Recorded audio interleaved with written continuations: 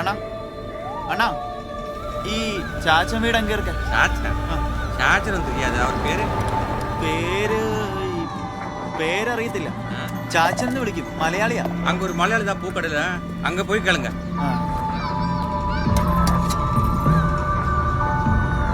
ഈ മൊബൈലൊക്കെ കൊണ്ടുവന്നാലേ അവർക്ക് പുറം വരാൻ ഭയങ്കര എളുപ്പമാണ്.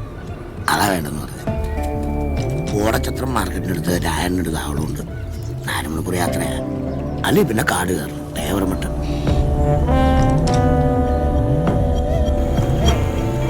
சாமி எங்க போறீங்க? அம்மா நான் ஊருக்கு போறேன். திரும்பி வருவதுக்கு 2 நாள்.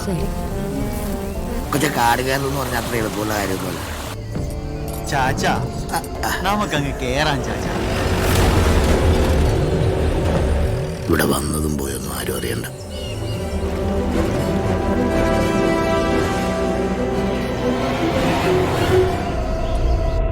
നിങ്ങളെ എന്നെ പഠിച്ചുള്ള മൈനെ